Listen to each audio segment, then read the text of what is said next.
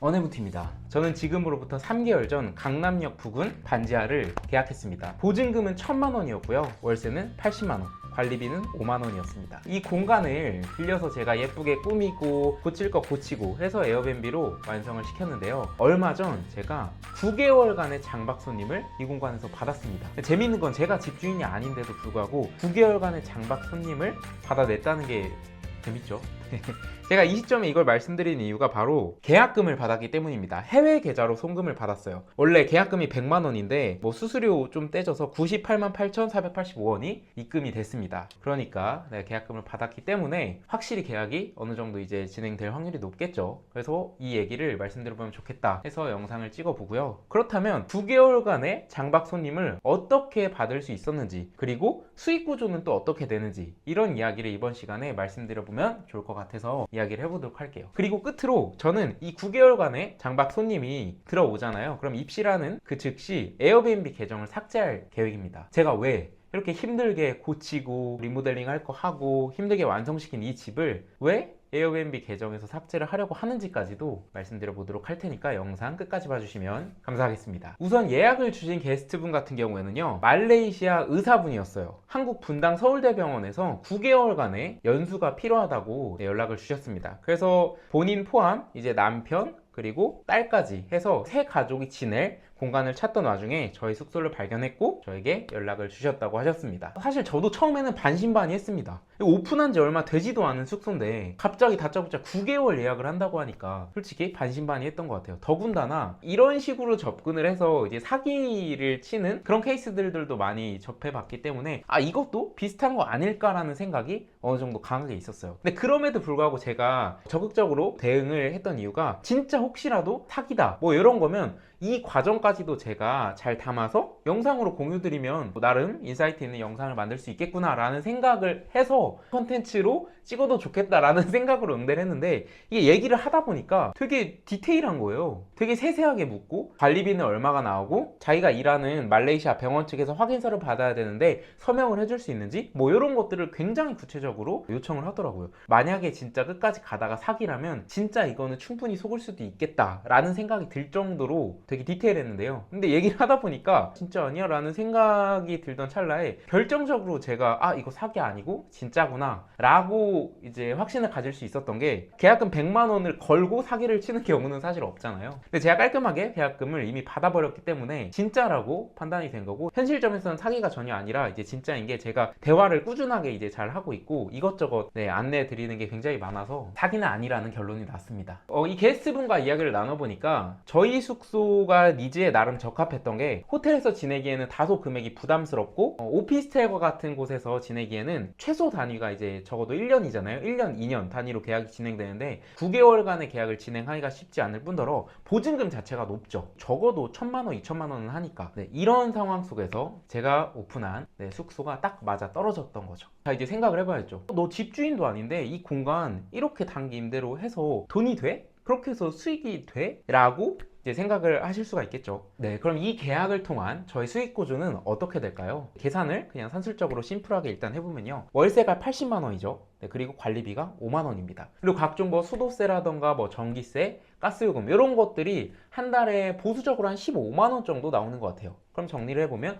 월세 80, 관리비 5, 그리고 공과금 15에서 총 100만 원의 고정 비용이 나간다고 볼 수 있죠. 그렇다면 제가 이 9개월간 이 말레이시아 의사분과의 계약을 한 달에 얼마의 임대료로 측정을 했을까요? 바로 220만 원입니다. 220만 원의 임대료를 받고요, 월 100만 원의 고정비가 나가는 그런 수익 구조가 만들어졌다고 볼 수 있겠죠. 계산을 해보면 그냥 단순하게 월 120만 원 정도의 수익이 매달 만들어진다라고 볼 수 있는데, 이거 별거 아니네? 별로 안 벌리네? 라고 생각하실 수도 있을 것 같아요. 그쵸? 개개인마다 생각과 관점은 다르니까요. 다만 제 기준에서는요, 이게 제 명의의 집이 아니라 다른 사람의 집을 빌려서 100만 원이라는 순수익을 만들어내는 수익 구조는 제 관점에서는 굉장히 매력적이라고 느껴졌습니다. 그리고 단기 숙박과 비교했을 때 1박씩 30번 운영하는 것과 한 달씩 한 번 주는 것, 수익적인 부분에서 놓고 보면 단기 이 숙박의 수익률이 훨씬 더 좋거든요. 대신에 이 숙소를 단기 숙소로 운영을 하려면 그만큼의 나의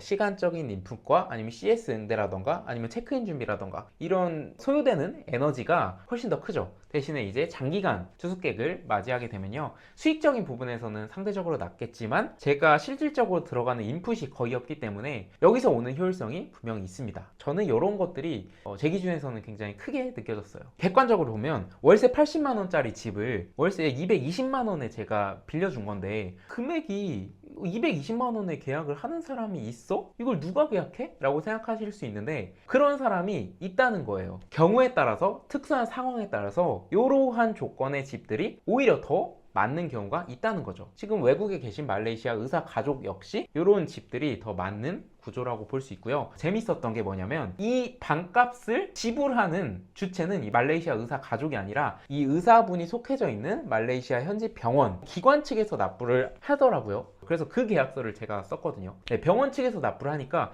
사실상 뭐 금액적인 부분에서의 조율을 구체적으로 하지 않았어요. 그냥 쿨하게 아 그래요? 아 그렇군요. 알겠습니다. 뭐 요 정도로 깔끔하게 진행됐었던 것 같아요. 해외에서 일을 하는 사람들이 한국으로 연수를 아니면 파견을 뭐 아니면 비즈니스 미팅을 오는 경우가 분명히 있을 거잖아요. 요런 수요들을 좀 전략적으로 어떻게 모을 수 있을까? 어떻게 내가 요런 타겟에게 먼저 접근할 수 있을까? 어떻게 하면 이런 사람들에게 내가 운영하는 공간을 노출시킬 수 있을까? 이런 생각들을 한번 고민해보고 이런 게 잘 연결이 된다면 또 하나의 괜찮은 틈새 비즈니스 모델이 만들어질 수 있다고 생각했습니다. 네, 이거 수일이 아주머님으로부터 당근 한 집인데 예쁘죠? 네. 그리고 제가 이어서 말씀드려보면 에어비앤비 계정을 삭제한다라고 말씀드렸잖아요. 왜 그러냐면 제가 9개월간의 예약을 받아버리잖아요. 그러면 사실상 이 에어비앤비 계정을 물론 그냥 계속 가지고 있을 수도 있어요. 가지고 있을 수 있긴 한데 9개월 동안 예약을 받지 못하고 후기가 생기지도 않고요. 사진을 업데이트할 일도 없잖아요.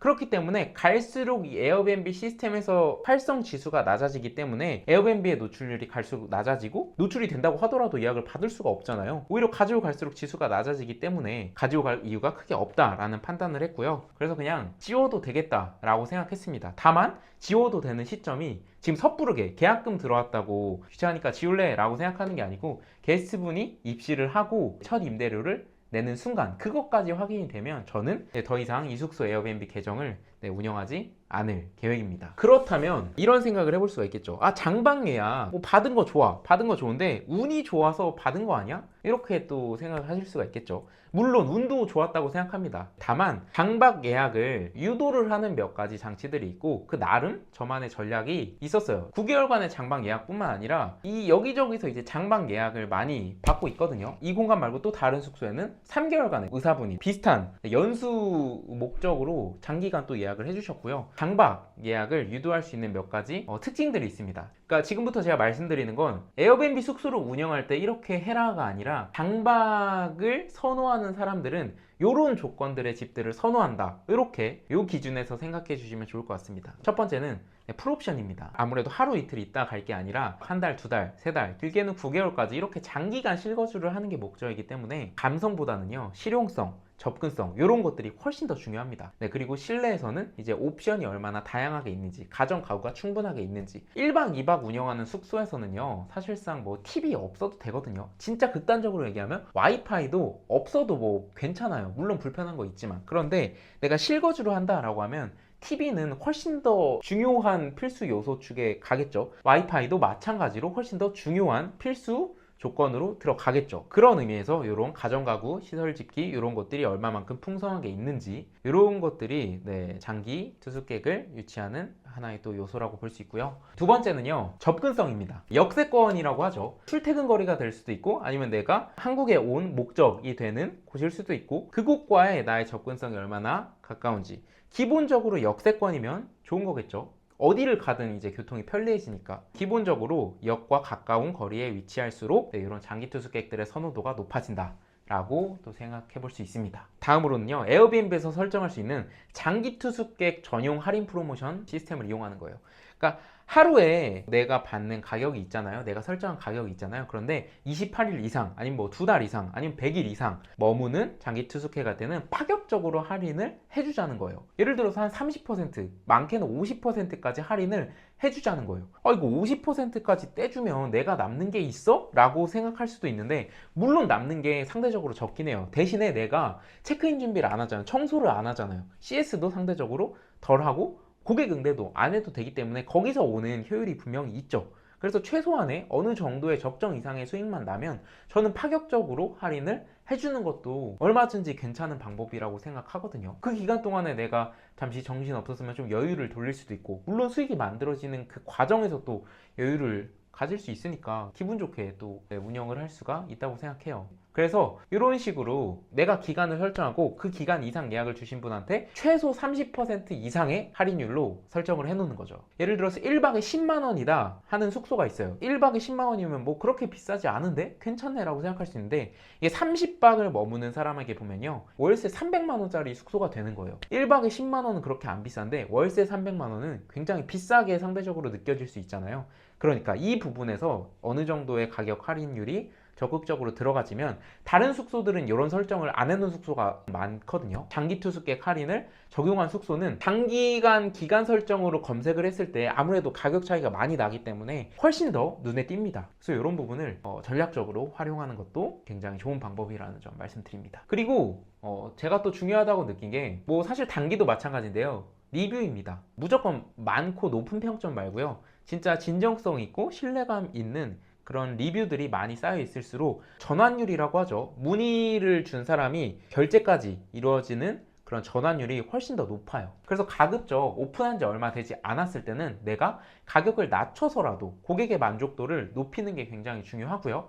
이렇게 고객 만족도를 높여두면 이런 게 다 좋은 후기로 흘러 넘어가는 거잖아요.